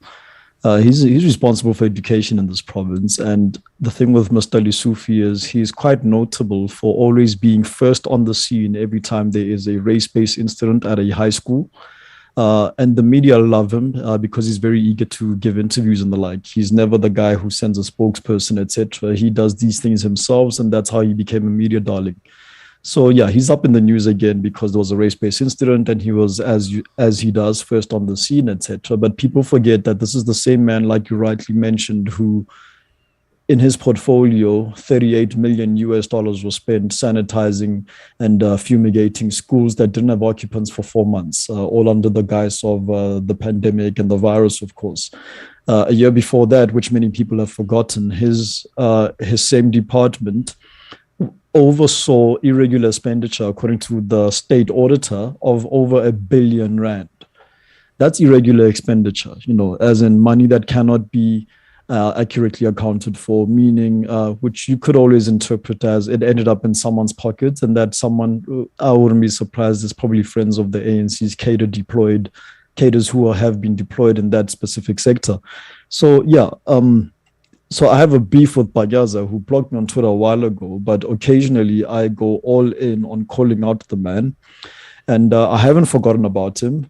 People have actually asked me, you've been quiet on Panyaza lately. No, I haven't forgotten about him. I was actually waiting for the end of this month to see what happens, particularly with parents who are unable, or let me paint the picture. You could live across the road from a public school and you wouldn't be able to register your child there because Mr. Lesufi decided to impose a system where you need to literally, like a Black Friday shopper, sit online, keep hitting refresh, waiting for midnight, so you can quickly get in and on a first-come, first-served basis, register your child for the school that's across the road. This wasn't always like this. To register your child, you typically walked into the school and said, hey, I'm so-and-so, I am a parent, and this is my child, here's their documentation, I would like to enroll my child in the school. Lesufi has now taken that away. You need to go online. Of course, it was sold as a guise of modernizing the infrastructure for the Gauteng Department of Education, but what that's effectively done is you parents sit like Black Friday shoppers. But the real insult is that this system he's actually imposed that no one asked for, it tends to not work as is designed. That is, midnight, while you're trying to do all of this, the system then crashes. And I think it's in its 4th or 5th year now. The system crashes. And at the end of the day, the school that you live across the road from, by the time the system starts working again, guess what? All the available slots have been taken. Now, Mr. Lesufi does this after, he did this when conveniently his own children would be exempt from, he'd actually as a parent be exempt from doing all of this because His last born child, I believe, just finished high school a couple of years ago. And the system is imposed, particularly if you've got a child who needs to start first grade, that's primary school, or eighth grade, that is high school. For any other reasons, you don't need to actually use the system. But yeah, that's my gripe with him. And I'm literally waiting for the end of the month, because I kid you not, there will still be parents complaining that they haven't been able to register their child in school because of a system imposed in Banyazeli Sufi. And I get very touchy when it comes to children, because they are the future. And if you deny parents the ability to enroll their child in school over your own bigotry on enforcing equality by forcing everyone to go online instead of walking up to the school, because you perceive built-up areas that are in suburbia as areas of white people, areas that actively exclude black people from putting their children in school, because that's how you perceive it, and that's not the actual reality. Then someone needs to call you out for it. And I'm going to be that guy who calls them out for it year in, year out, but not just over that, but over also things such as his department being responsible for ridiculous amounts of irregular expenditure, and no one saying a single thing, because Banyaza is a media darling. And I was in high school with one of his with his son, who was several years behind me, and that's why every time I mention him, people who are friends with the son then say, "Oh no, you're being a bit too harsh." No, I'm not being a bit too harsh, and I don't go easy on people because I happen to know their offspring or they are family or friends. You know, everyone deserves the same treatment, and Mr. Lisufi, you are going to keep receiving it from me. And even though you've blocked me on social media, I will make sure, as I've done, that you hear about it. And that's that. But yeah, thanks everyone for tuning in. Catch us on Man Patreon. That is Monday night every week, 7 p.m. live stream. Please do join us. There's also a website with a store. You can get some awesome t-shirts in there as well. And there's also articles on the website too. So I'm probably going to start writing for the website any day now. But yeah, there's also some articles from individuals like you and I. Not these professional writers you see on mainstream media and the like. But yeah, catch us Mondays, 7 p.m. live stream. It's just three black guys who, are having a conversation much like this. That's me, Dumo, and don't forget Nzuzo as well. And we do tend to go on open rants about the current issue of the day quite often. So yeah, check out Man Patreon on YouTube and let's have some fun. Now, I didn't realize there was Man Patriot kit merchandise. Hey, folks, check that out, Yeah, I guess that's because I'm not in the habit of some YouTubers, not you, but I don't know, Ronaldo, just some YouTubers out there who are pimping their merchandise all the time, but I don't pimp mine either. So, but yeah, so they got a pretty cool symbol for Man Patriot too, so you might check it out, folks, and be spotted with that merch if you want. I didn't realize you're putting articles up. I write on Morning Shot, Roman Kabinek's site, articles. I don't know if you're interested in contributions from me. I'll consider that if that's something you guys like to do. But, I almost feel like I've really missed the boat here. I didn't bring this whole thing up. For those who don't know, very quickly, let me summarize what Koketso is talking about there, because obviously he's very passionate about it. We're talking about an alleged racial incident, which appears to have been actually a racial incident, but it still needs more information, at the Jan Fion High School in Randfontein in Gauteng. And Lesufi went out there, obviously just to drum up nonsense. Now, what my issue with it is, watching the footage of it, is why are parents out in the streets causing nonsense, acting the fool, pushing each other, causing trouble, trying to start fires, light fires, when kids are inside the school supposedly learning? Well, the kids just watch this, and then they do the same stupid stuff inside, and water cannons come out. This should have been handled in a professional manner in the following respect. But there are people out there stirring the pot, anything they can get that might look like the little, pop the weasel, poof, pops up, to make turn anything into racial. If, in fact, a child used the K word, which is inappropriate, there are school standards for discipline for that. That should have happened. But there wasn't even time for this to be investigated and for action to be taken, because a whiff of this, and then we hear this nonsense. Now, I say nonsense because they may be true statements by these learners at the school, and I don't doubt their honesty. But it's only one side. News 24 goes, we're this, we're called this, we're treated this way, teachers do this. None of these complaints have been aired previously. That doesn't mean they're not true. But at the same time, why are we not hearing from any of the people who are accused of this in that story for balance? Because if they did it, we'd like to know, So that's a problem I have with the whole thing. There's no place in this world for attacking people on the basis of their faith or their sexuality or their skin pigmentation. That's abysmal, reprehensible, should never happen. But at the same time, the media And parents have a responsibility to get the facts right before they run off half-cocked and get someone injured or killed. And we had a situation yet again in which people could have been injured or killed in violence that was wholly unnecessary. And with only 10 SAPS officers having shown up, according to a couple reporters who were present, and I saw footage, I only saw about 6 SAP officers. This is quite frightening. Now, later more came. This whole thing, and this is happening in states. People are taking groups of people based on pigmentation and turning them against each other. Don't fall for it. Yes, there are bigots and there are racists out there. You're never going to get rid of it. That's just a stupid aspect of Homo sapien behavior. A small, tiny percentage of people actually think that way, that someone is better than someone else because of their appearance. If you think that, you're a moron. I'm just telling you up front. You're a moron. And if you're a moron watching my channel and it hurts your feelings, then piss off. Footsec, go elsewhere. I don't need you here.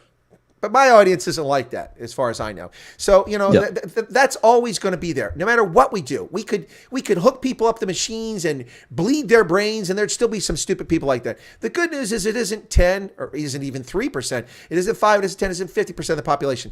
But when people act the fool, like parents, black, white, and colored, who are out there pushing and shoving and jostling, setting a poor example for children inside on an issue that needs to be adjudicated and dealt with, give them a chance to adjudicate. If they don't do it, now, if this had been a situation that happened 2 weeks ago and no action had been taken, I would understand the anger. But that doesn't excuse the behavior of parents on the street. Koketso, if you want to respond to that real quick, you're welcome to, since I got that in there. Yeah, I agree. Look, there are policies, etc., in place for all of this. And what this has done, what's actually happened is the policies that have been put in place, there's no room for them now to be exercised, because this is an instance where the court of public opinion now overrides and supersedes actual policies that have been put in place. So, unfortunately, this is what happened. But yes, it was a racial incident, and it should be treated as such and not used to spur up further racism or to divide society even further, which is really my gripe with this whole thing. And no, I don't condone racism. All I'm saying is it happened, deal with it, and deal with the individuals, and not use this to place a blanket label on people based on their skin color or where they're from and all of that. That's just silly. Actually, it's stupid. It's moronic. I'm going to call it for what it is. Yep, I agree. 100%. See, once again, we agree. And why is that? Botswana. You love that. I know you love that. Anyway, but seriously, no, I did that in Addis, and somebody turned around, and I was at an event where there were people from the Botswana embassy there, and I was talking to someone else, and they said, "Where are you from?" I said, "Hey, I'm from Botswana," and their ears perked up. Botswana. Oh.